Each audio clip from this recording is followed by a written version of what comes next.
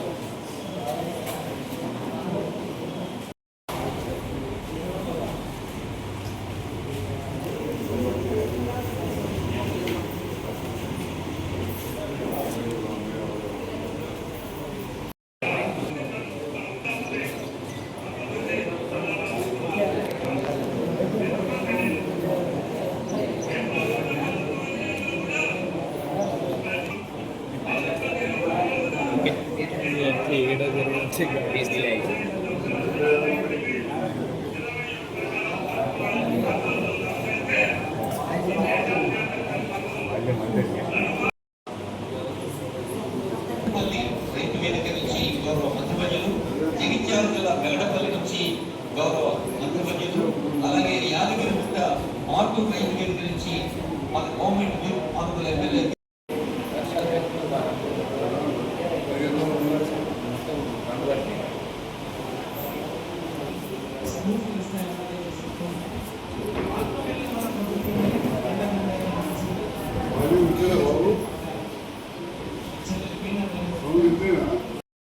సందర్భంలోకి ఇచ్చేస్తాం. వ్యాఖ్యానం ద్వారా ఆధ్యాత్మిక సభని వృద్ధిగా నడిపించగలిగిన ఏకైక వ్యక్తి తెలంగాణలో ఎన్నో ప్రభుత్వ కార్యక్రమాలు తన శైలిలో కార్యక్రమాన్ని కొనసాగించవలసిందిగా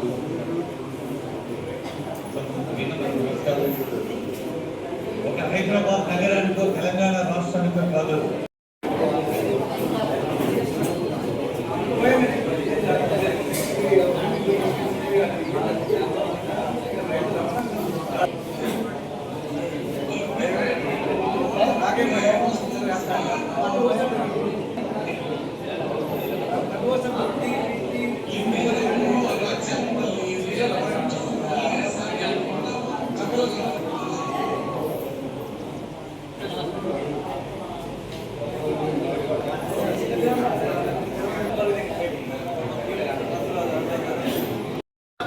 మన సొంత కుటుంబ సభ్యులను ఎంత ప్రేమగా చూసుకుంటామో సొంత భూమిని అంతే ఆప్యాయంతో ప్రేమతో చూసుకొని ఈరోజు వ్యవసాయం దండగానే పరిస్థితుల నుంచి వ్యవసాయాన్ని పండుగ చెయ్యాలి అని చెప్పి శ్రీమతి సోనియా గాంధీ గారి నేతృత్వంలో ఏర్పడ్డ ఆనాటి వైఎస్ఆర్ ప్రభుత్వం రెండవైన నాడు డాక్టర్ వైఎస్ రాజశేఖర రెడ్డి నాయకత్వంలో ఏర్పడ్డ ప్రభుత్వం సాక్షిగా రైతులకు ఉచిత కరెంటు ఇవ్వడమే కాదు, 100 కోట్ల రూపాయల రైతులకు కరెంటు బిల్లులను మాఫీ చేసి ఆనాడు రైతులకు ఆదుకున్న మొదటి సంతకం సాక్షిగా డాక్టర్ వైఎస్ రాజశేఖర రెడ్డి గారు పెట్టింది.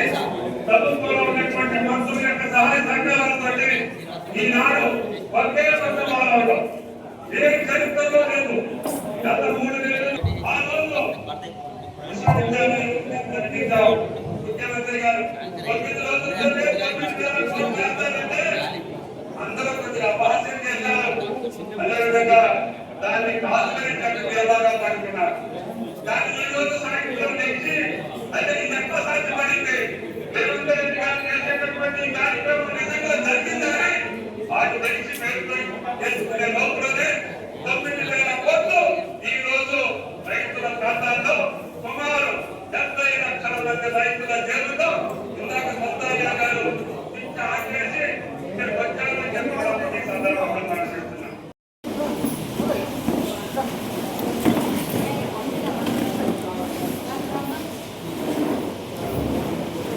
Sorma కాలేజీ ముందు ట్రాన్స్ఫార్మర్ కూడా అయిపోయినాయి కాబట్టి